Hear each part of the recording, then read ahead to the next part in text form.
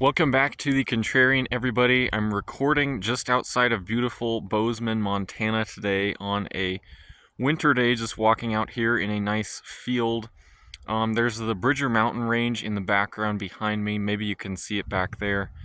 But today I really wanted to talk about why, in my assessment, gold and silver are likely setting up for some pretty sizable runs from here. And this is a video I've made about 2 months ago.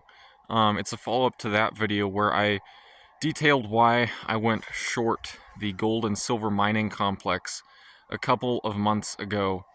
Back then it had to do with a return of a type of euphoria, not quite at that level, but just a lot of optimism. Silver squeeze was trending again on Twitter, which does seem to be kind of a kiss of death of sorts, unfortunately, for gold and silver. So I did end up going short using GDXD, which is a 3 times inverse ETN, and that did play out well in the last couple of months as gold and silver corrected and consolidated from their run for gold up to a new all-time high of around 2150.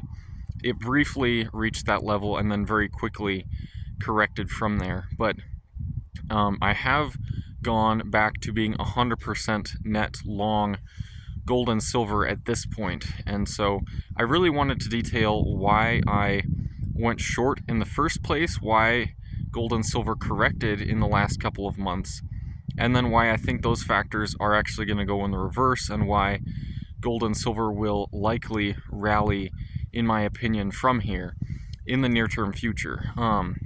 I just want to briefly say that I'm not providing financial advice in this video in any way, and you really need to assess what is right for you.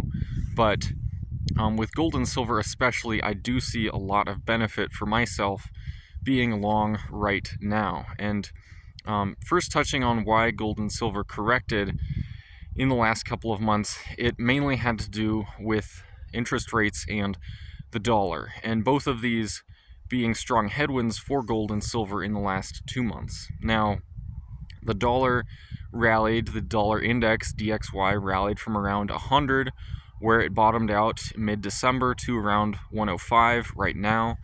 And interest rates on the 10-year, for example, went from around 375 back in mid-December to around 430 now. And so rates have had a pretty sizable run, bonds have corrected, and the dollar has rallied. It's had a pretty strong rally as well. And so these have been the two major headwinds against gold and silver. That is why they have corrected a little bit. Gold, not as much. Silver has corrected more. Gold has actually held up pretty well. I've got to say it's probably held up more than I thought it would. It really has not breached below the $2,000 an ounce level. For a certain time I might have expected it to correct back to like the 1980 level or somewhere around there, but really has not done that. And if anything, it is showing signs of bottoming here right around the $2,000 level. An important thing I'll point out today that I do think was significant for gold was that even though the PPI print came in higher than expected and gold initially sold off on that, it did actually rally back and actually close positive on the day, today being Friday. So I do see that as, a sign that there is strength behind gold.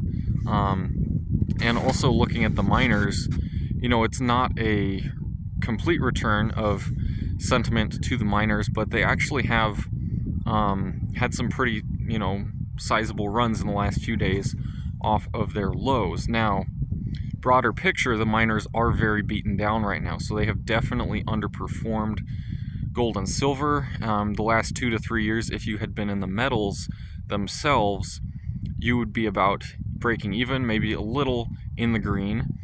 In the miners, though, you'd be down 30, 40, sometimes more percent. So the miners have definitely underperformed the metals, unfortunately. However, when we do go into a new bull leg and gold actually does break through 2100 decisively and then goes higher from there, and once silver really breaches the $25 level, starts going towards $30 an ounce for silver. Once you break through those key levels, I do think a lot of interest returns to the mining complex, and that does turn into a very profitable type of trade to have at that point. So I am back to being 100% net long in the gold and silver space. I was net long even when I was short. It wasn't a huge position, but it was just nice to kind of ride the down wave as well that gold and silver had in the last 2 months. But from here, I do expect the dollar to correct back lower. I also do expect interest rates to head lower again, as as the market begins to price in these upcoming Fed interest rate cuts, as the market begins to realize that inflation is trending downwards, albeit a gradual trend. There will be some months where inflation does come in higher than expected, kind of like this month, but I do think in coming months inflation will continue to trend downwards. So all this being said, I really wanted to make this video just detailing why I decided to cover my short and go back to being 100% net long in the gold and silver space, and why I do think it'll be a profitable place to be in the coming months. And I definitely see a bright future for gold and silver. It is very bright right now where I am in Bozeman, out in this field covered in snow. So I'm very grateful for my sunglasses right now. I hope you enjoyed this video. I hope the audio was better.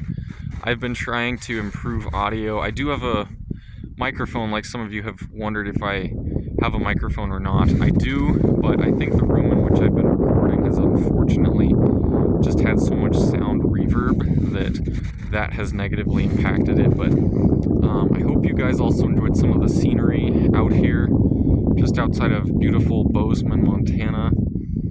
It's a beautiful day, and I'd love to hear what all of you think about the gold and silver space.